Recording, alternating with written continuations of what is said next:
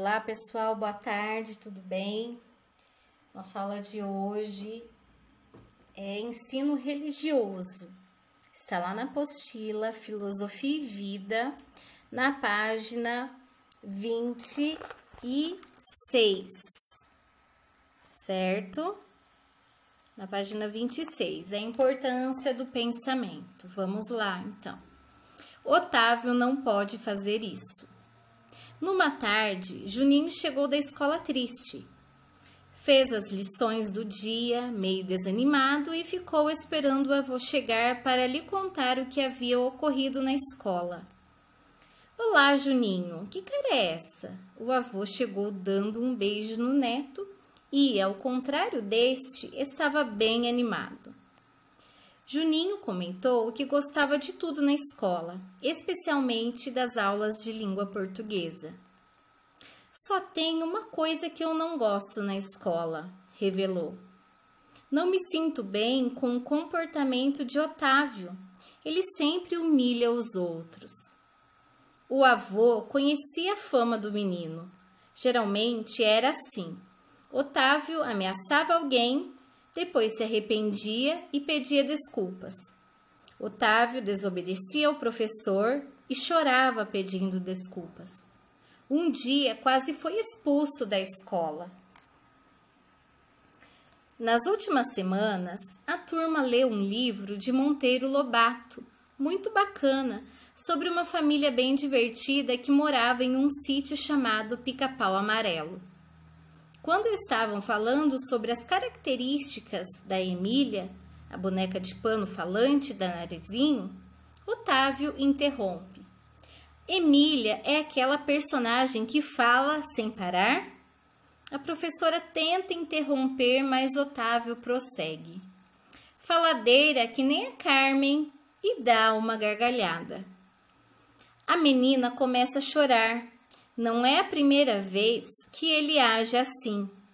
A professora não gosta da brincadeira e fala muito sério com o garoto. Você não deve falar isso, Otávio. Juninho explicou o que aconteceu e deu a sua opinião ao avô. Não acho que Otávio seja maldoso. É que ele não pensa antes de fazer essas maluquices. Logo depois, ele foi chorando pedir desculpas para Carmen, arrependido. Ele podia ser um pouco mais controlado, não acha? Meu neto querido, quantas vezes em minha profissão de juiz precisei fazer reflexões parecidas com as que você fez quando pensou nas atitudes de Otávio e nas consequências do que ele fez com as pessoas, que acabaram como vítimas de suas exaltações. Juninho ficou pensativo, imaginando quantas pessoas como Otávio o avô já conhecera. Vô, conta de novo a história do menino que saiu daquela fundação para jovens e virou juiz de direito, como o senhor? Como se chama mesmo o lugar? Fundação Centro de Atendimento Socioeducativo ao Adolescente, conhecida também como Fundação Casa. Então, pessoal, esse foi o texto da apostila, ok? E depois a história vai continuar, a história não termina aí, tá bom? Então, por enquanto, nós vamos fazer as atividades referente a esse texto, ok? Então, aí na próxima página, vemos aí a escultura O Pensador, de Auguste Rodin. Ela está no Museu Rodin, em Paris, na França. Então, vocês podem ver aí que essa escultura é de um homem pensando, né? Pelas características, nós sabemos que ele está pensando, pela mão no queixo, pelo rosto, né, como se estivesse refletindo em alguma coisa, sobre alguma coisa, e por isso o nome da escultura é O Pensador. Então, pessoal, temos aí a atividade da página 31, que está pedindo o seguinte: recorte de jornais ou revistas imagens de pessoas pensando e colhe-as aqui. Como eu sei que é difícil para todo mundo ter um jornal ou uma revista em casa, então essa atividade aqui eu vou deixar, quem quiser fazer, pode fazer, né? Quem quiser, tiver uma revista ou um jornal em casa que tenha uma imagem de alguém pensando, pode fazer essa atividade. Se não, pode deixar em branco, não tem problema, ok?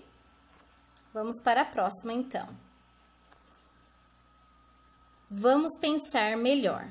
Número 1. Observe novamente a escultura O Pensador na página 30. Letra A. Em sua opinião, ele representa um homem em atitude concentrada de pensamento? Aí vocês vão colocar aí a opinião de vocês, tá bom? Letra B. Como você chegou a essa conclusão? Então, por que você chegou a essa conclusão? Se ele está ou não pensando? Vocês vão colocar aí, ok? Número 2.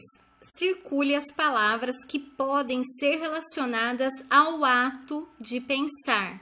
Depois, coloque-as na ordem que você julgar mais importante. Então, vocês vão circular aí essas palavras que estão relacionadas ao ato de pensar. Então, para pensar, precisa de amar? Só o ato de pensar, tá? Não ao sentimento. Precisa soar alguma coisa? Precisa isolar, comparar, analisar, separar, verificar e diferenciar.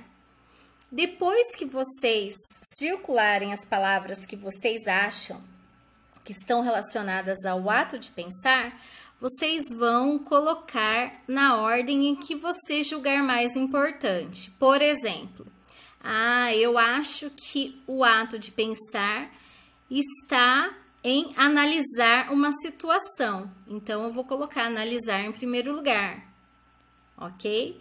E assim por diante. Aí, vocês vão colocar em ordem de importância. E a próxima, pense em outras palavras que se relacionem ao pensar e escreva-as aí abaixo. Então, vocês vão pensar aí. Quais outras palavras estão relacionadas ao ato de pensar, fora essas que estão aí nos quadrinhos coloridos? Outras que vocês também acham importantes, mas que não estão aí nesses quadrinhos, ok? Vocês vão colocar aí abaixo. Número 3. Leia os versos a seguir. Bicho de 7 cabeças. Que pensam tantas cabeças? Pensam tudo ao mesmo tempo, que vendaval que seria 7 cabeças de vento. Então, temos aí alguns versos, né? Que é de Eucanaã Ferraz, Bicho de 7 cabeças e outros seres fantásticos. Então, temos aí um trecho de um poeminha, ok? Então, vamos lá. Letra A. Crie uma continuação para esses versos. Então, vocês vão criar uma continuação desse poeminha aí, desses versos aí, tá bom? Então, vocês vão pensar um pouco para poder criar esse restinho de poema aí, para fechar o poema, tá? Para acabar o poema. Tá bom? Então, vocês vão continuar esses versos, esse poeminha aí, tá bom? E depois, a letra B, vocês vão fazer um desenho desse poema que vocês acabaram de fazer, tá bom? Sobre o bicho de 7 cabeças. Então, boa sorte e qualquer coisa, pode me perguntar aqui sobre o poema, tá bom? Continuando agora. Número 4. Observe essas fotos. Então, temos aí imagens de gatos variados. Letra A. escreva o que há de diferente entre os gatos. Por exemplo, o primeiro gato. No que ele é diferente do terceiro gato ou do segundo gato? Então, vocês vão colocar a diferença entre todos esses gatos, ok? Pode ser a cor do olho, a cor do pelo, a raça diferente, é um exemplo, tá bom? Letra B. Escreva o que há de semelhante entre os gatos, ou seja, vocês vão escrever aí o que tem de igual nos gatos, tá bom? De igual. Semelhante quer dizer igual ou parecido, tá bom? Letra C. Você poderia inventar um nome para o conjunto de características dos animais? Desses animais? Então, vocês vão colocar aí qualquer nome que vocês queiram inventar para esse conjunto de animais, sobre essas características desses animais. Vou dar um exemplo aqui. Se fosse eu inventar um nome para esse conjunto de gatos, eu ia dar gataiada, tá bom? Então, aí vocês podem criar a palavra que vocês acharem melhor, que mais combine com esses gatinhos aí, certo? Número 5. Observe as imagens buscando o que há em comum entre os elementos, ou seja, o que há em comum, parecido ou igual, tá bom? Então, letra A. O que há de semelhante nas imagens abaixo? Então, temos aí uma menina e um menino. Então, o que tem de parecido ou igual entre os dois, entre a menina e o menino? Então, vocês vão colocar aí abaixo. Letra B. O que há de semelhante entre esses grupos, ou seja, o grupo ali de criança sentada na grama e o grupo dos ursos panda? Então, vocês vão colocar o que tem de parecido aí nessas duas imagens, certo? E letra C. O que há de semelhante nas imagens abaixo? Então, temos aí uma formiga, uma joaninha e uma borboleta. Então, no que esses insetos, eles são parecidos?